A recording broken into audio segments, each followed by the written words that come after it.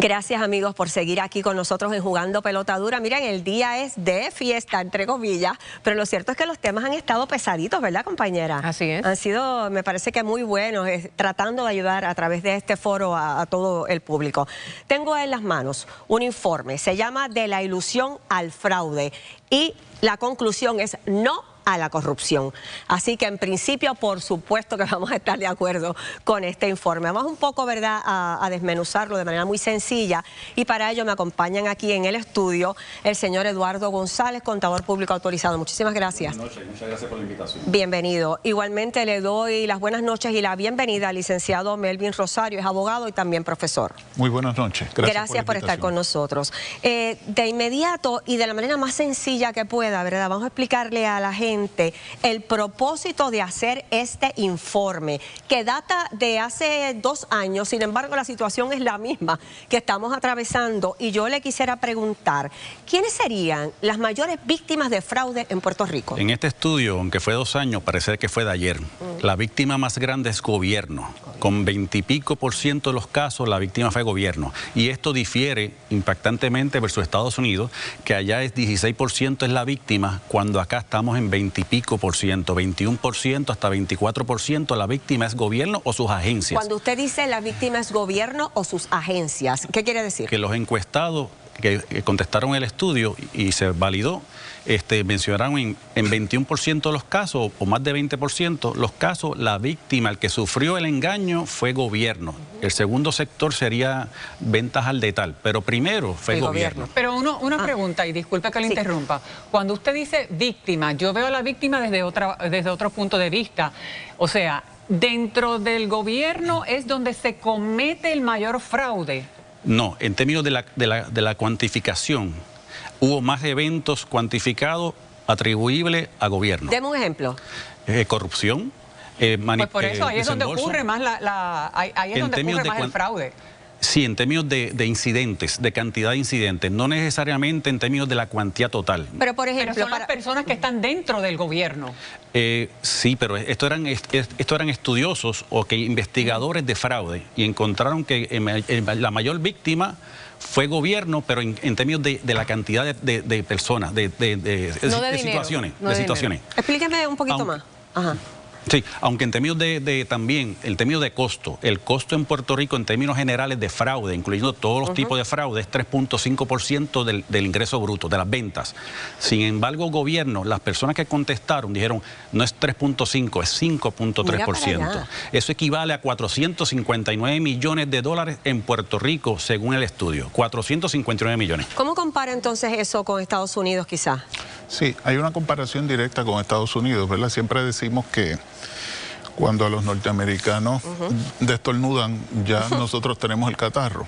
Ahora bien, son 2 elementos importantes que me gustaría destacar dentro de la valiosa estadística que se está comentando. Uno, hablamos de víctimas del gobierno, posiblemente podemos hablar de víctimas al sector privado. Pero realmente tanto el gobierno como el sector privado pasan ese costo. El costo del gobierno no es el costo de los funcionarios, es el costo del pueblo. El costo del gobierno y de las empresas privadas, eso se pasa directamente al pueblo. O sea, que esa corrupción se traduce en que el pueblo va a pagar más. ¿Cómo golpea eso al pueblo? En todos los sectores. El pago del gobierno, cuando se pierde el dinero que iba dirigido a servicios directos, tiene un costo mayor para el pueblo, porque ese servicio no llegó y posteriormente hay que pagarlo de nuevo, número 1. Número 2, no podemos perder de perspectiva que la corrupción es considerada como violencia estructurada. La vemos como un delito de cuello blanco, la vemos que son personas que de alguna u otra forma utilizan el poder para beneficiarse ilegalmente. Pero es violencia estructurada porque en la medida en que el servicio... ¿En la medida que el servicio? En la medida en que el servicio no llega a alguien que lo necesita, en la medida que hoy tenemos todavía toldos azules, después del huracán María, en la medida en que casos más atrás, cuando el SIDA era una enfermedad terminal, el famoso caso del Instituto del SIDA, no llegó ese servicio médico. Eso no es violencia. Claro, y ese costo, al final de cuentas, ¿quién la paga? Así que no hay duda que Eduardo tiene razón. El gobierno es víctima, porque el gobierno no quisiera que sucediera en términos generales. Pero lo permite. Por ejemplo, los factores que propician el fraude. Sí, tenemos que hacer una pausa en este momento, pero sé que las compañeras tienen múltiples preguntas. Está interesantísimo, ¿verdad? El panel sobre los costos de la corrupción. Venimos con ustedes más adelante, pero ahora vamos con Yailin para ver qué más tenemos en el programa. Yailin. Así es, Margarita. Oiga, ¿sabía usted que este será el 7º año consecutivo que la actividad ciclónica por encima de lo normal, estará por encima de lo normal? Tienes que estar preparado y aquí tenemos nuestro panel de expertos quienes nos dicen todo lo que necesitas. Ahora pausamos y regresamos con más. Amigos, continuamos analizando aquí en el estudio el informe titulado De la ilusión al fraude, con el resultado de no a la corrupción. Esa es la conclusión. Y este estudio ha sido realizado por el Colegio de Contadores Públicos Autorizados. En el estudio continuamos la conversación con el señor Eduardo González, CPA, igualmente con el licenciado Melvin Rosario. Le paso de inmediato a la compañera Sidmari. ¿Cuáles son los factores principales que propician el fraude en el gobierno? Principalmente la falta de controles internos, eso es lo primero. Y la segunda parte, que es tan importante como eso, es la falta, la percepción de impunidad. Porque no hay controles. Porque no hay controles. Excelente, porque eso se repite en nuestra sociedad, mire, casi a diario. ¿Ustedes entienden que la corrupción ya es algo que está institucionalizado? No sé si concluirla así, pues me parece que está tan metido en el tejido social. Es que pensamos siempre que es gobierno y hay otra parte de gobierno. Esto es una batalla entre gobierno y el sector privado. O sea que aquí tenemos una dificultad, pensamos siempre que el gobierno es el malo. No, nos falta el otro lado. El otro lado es un comerciante. Que es la falta de valores, la falta de controles internos. Miren, las agencias tienen... En el aspecto privado, que no hemos tocado mucho eso, ¿qué fue lo que encontraron? Igualmente hay corrupción. A modo de ejemplo, en el 2006, que hicimos el estudio del Colegio CPA, se excluyó gobierno y en aquel momento los índices de gobierno eran 22% de los casos, excluyendo gobierno. O sea que el fraude de la corrupción en la empresa privada sigue existiendo.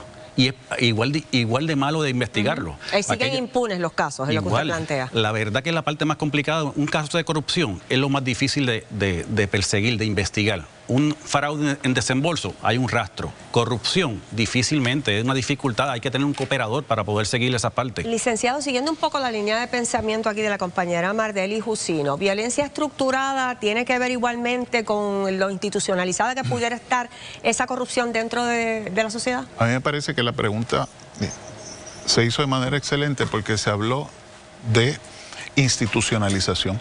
Y la institucionalización no es solamente el gobierno.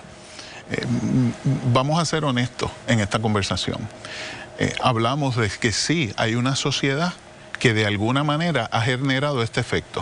La compañera también hablaba de que el gobierno lo permite, pero cuando realmente el gobierno lo permite es porque hay elementos de la sociedad que lo han permitido o por lo menos no han asumido la responsabilidad. Pudiéramos ir desde las estructuras básicas. Que tanto la empresa privada por sí sola no se mueve, ni el gobierno.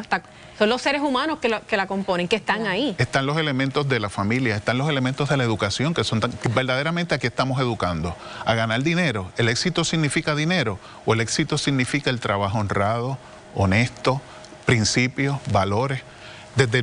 Pero si vamos más adelante, las noticias son peores. Cuando nosotros hablamos de estadísticas del fraude, conocemos muy poco de ellas.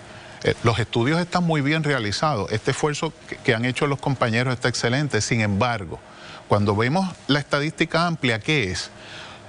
Son 3 grupos de estadísticas cuando hablamos de fraude. Una es la que conocemos, la que Eduardo está informando en el día de hoy. Es importantísima, pero hay una estadística que no se conoce, que en las oficinas en lo privado se resuelve y nunca es de dominio público esa información. Claro, se transan estos problemas. Igualmente en el gobierno. Y tienes una tercera estadística que nadie la menciona, no sé por qué. ¿Cuál? ¿Verdaderamente nosotros estamos contentos con lo que se está haciendo o hay casos que nunca se llegan a identificar? Licenciado, me tengo que ir, pero quisiera saber, el balance de este estudio, de este informe, ¿arroja que vamos a poder de alguna manera salir de esta corrupción? Yo pensaría que sí, pero necesitamos asignar presupuesto a sistemas de información en las agencias. La agencia, en ese caso, tenemos que defenderla.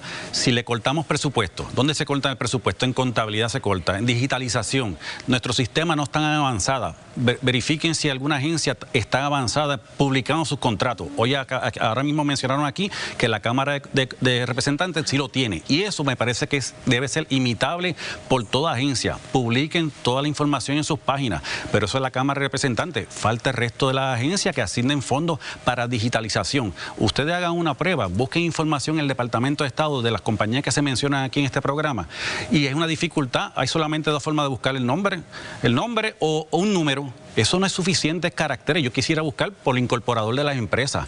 Igual que en el departamento, en la oficina del Contralor, hay pocas formas de hacer una búsqueda.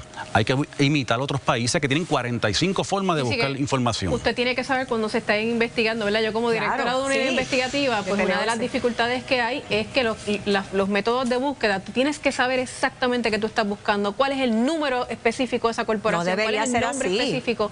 Y si no lo sabes, sabes que esa data está ahí, pero no tienes cómo accesarla.